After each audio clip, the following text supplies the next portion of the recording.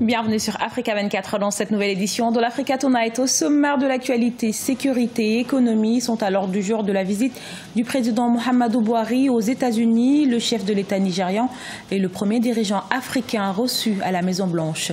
Le Maroc finance à hauteur de 3,250 millions de dollars la construction du port de pêche de Yoro à Brazzaville en République du Congo.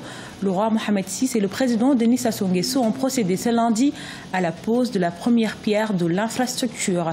Et puis, à l'instar de la communauté internationale, le Cameroun a célébré ce 1er mai la fête du travail, occasion pour les travailleurs du secteur informel qui occupent 90% de la population active de plaider pour de meilleures conditions de travail.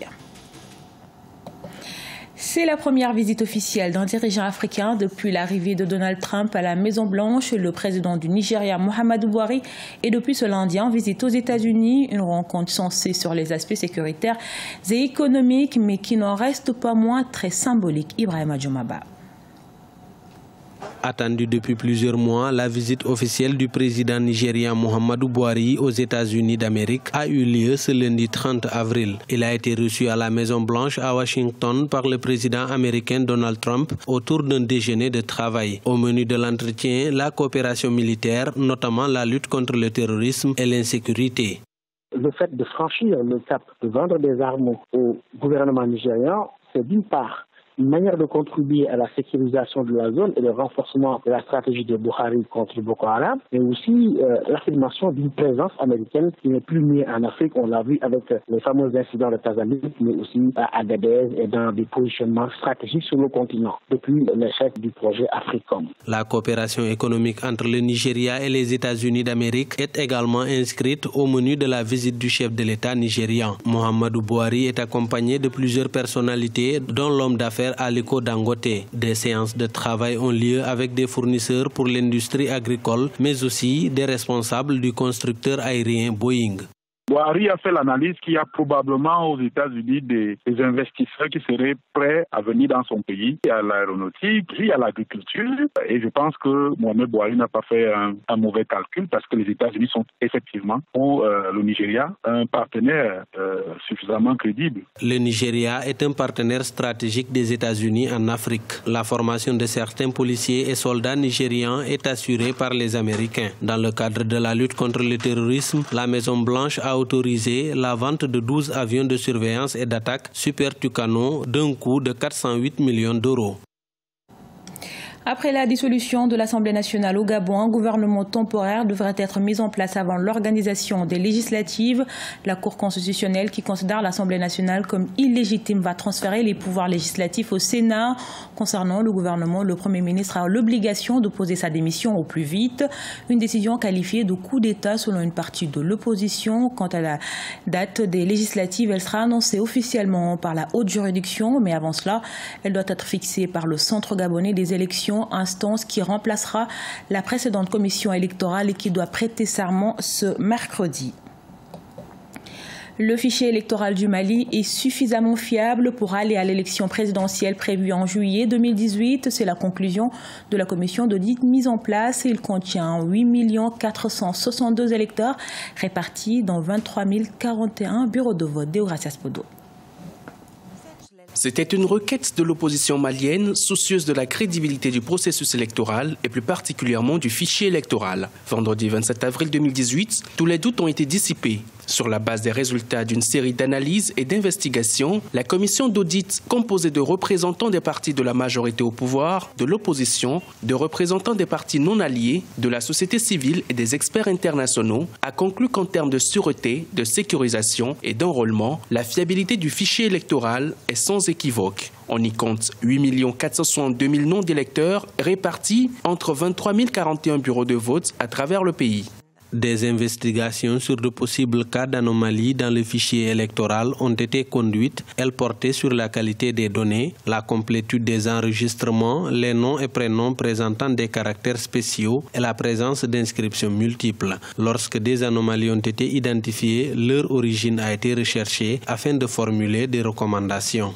À l'origine, ce fichier comportait 8 464 électeurs répartis entre 22 309 bureaux de vote, dont 1182 dans les juridictions diplomatiques et consulaires et 21 127 sur le territoire national. C'est une première expérience au Mali qui aura permis d'identifier les forces, les faiblesses et toutes les autres anomalies liées au fichier électoral. Reste à savoir si tous les acteurs politiques l'approuveront. Le Premier ministre Soumeilou Boubèye Maïga a tenu à rassurer en indiquant que d'autres cadres de concertation seront mis en place pour prendre en charge les éventuelles interrogations. Pour nous, c'est vraiment une très bonne avancée parce que quand même, personne n'est laissé pour compte dans cet audit-là et je pense que le travail a été fait à satisfaction selon nos représentants et selon le verdict auquel j'ai assisté à la remise du fichier électoral au Premier ministre. Je dis bien encore, il y a beaucoup de choses, donc c'est pour ça que je dis que c'est plusieurs étapes. Et en tout cas, nous sommes là, nous essayons de voir comment est-ce que ce processus peut se dérouler dans la paix, dans la transparence et dans la crédibilité. Et nous n'hésiterons pas à dénoncer s'il y a des irrégularités ou bien des manquements aux transparences. Le gouvernement malien a officiellement convoqué vendredi 27 avril les électeurs en vue de l'élection présidentielle fixée au 29 juillet 2018. Si aucun candidat n'obtient la majorité absolue, un second tour sera organisé le 12 août. La campagne électorale s'ouvre le 7 juillet et sera clôturée le 27 juillet 2018. Une dizaine de candidats sont déjà en lice. La République du Congo et le Maroc raffermissent leurs liens de coopération. Le royaume chérifien s'engage à financer la construction d'un port de pêche à Brazzaville d'un coût estimé à 3,250 millions. Le port de Yoro, prévu sur une superficie de plus d'1 hectare, sera doté de 150 magasins et d'une chambre froide. Reportage de notre correspondant Deva Ponzo. C'est sur une superficie d'1,700 hectares du site de l'actuel port de Yoro, Mpila, dans le 6e arrondissement, que sera érigé dans 24 mois le point de débarquement aménagé de Yoro. Il aura pour objectif d'améliorer les conditions de vie et de travail des pêcheurs, d'augmenter les performances économiques de la pêche artisanale pour atteindre une production de 30 000 tonnes par an. Ce projet pourrait générer environ 4 100 emplois. Et je pense qu'à partir des activités qui vont être entreprises ici, ça va être un nouveau visage de ce quartier de Yoro. Et c'est une création d'emplois parce que plusieurs activités vont s'exercer sur ce site. On a parlé en même temps des grandes salles polyvalentes. Je crois que c'est une très bonne chose pour Talangaï et pour Brazzaville. L'Agence marocaine pour la coopération internationale et le ministère de l'Agriculture, du Développement rural, de la pêche maritime et des eaux et forêts investiront 30 millions de dirhams, soit 3 230 507 $ pour sortir de terre le nouveau point de débarquement.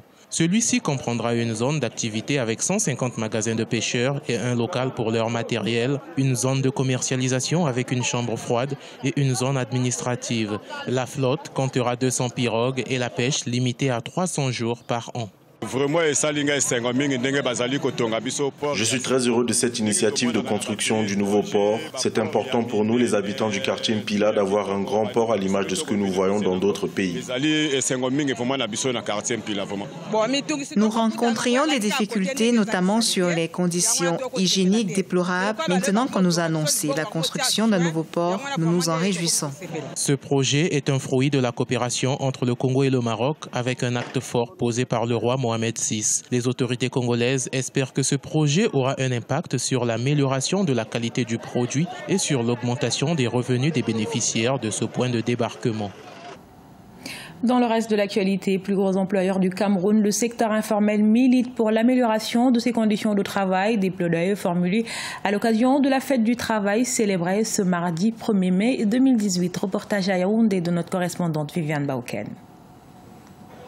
Au Cameroun, le secteur informel occupe officiellement 90% de la population active du pays. Pourtant, les travailleurs de ce secteur connaissent toutes sortes d'injustices liées à leurs conditions de travail. Entre salaires dérisoires, injustice des employeurs et sécurité sociale inexistante, certains de ces travailleurs ont décidé de crier leur ras-le-bol afin que leurs conditions de travail soient améliorées. Le chauffeur taxi touche 500 francs par jour, donc il a 15 000 francs par mois. Donc ça ne peut même pas payer le loyer ni payer de quoi manger. Le chauffeur peut rentrer avec 200 francs. Oui, donc le chauffeur travaille à nos jours, il a les manquants. Le dehors ne donne pas.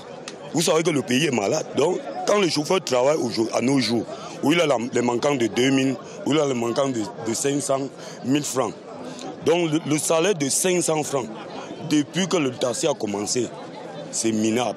Quand nous sommes en train de dire qu'on fait tout, c'est la journée de travail ou c'est la fête du travail, vraiment, nous on fait ça parce qu'on n'a pas le choix. Parce que réellement dit, ce que nous faisons, nous on n'appelle pas ça travail, on appelle ça le jonglage. Le volet réjouissance intéresse également ces travailleurs acharnés. Pour ces derniers, face à toutes les revendications qui sont pour la plupart du temps vaines et leur plaidoyer qui reste sans réponse, ils préfèrent se contenter des festins à eux offerts pour la circonstance.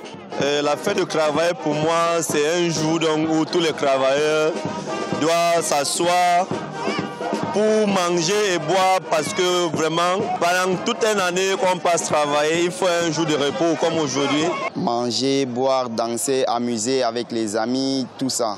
Les travailleurs du secteur informel au Cameroun participent entre 20 et 30% au PIB du pays selon le FMI. En améliorant les conditions de travail des employés de ce secteur, les experts relèvent que cela pourrait augmenter les performances de ces derniers et en faire bénéficier l'économie camerounaise.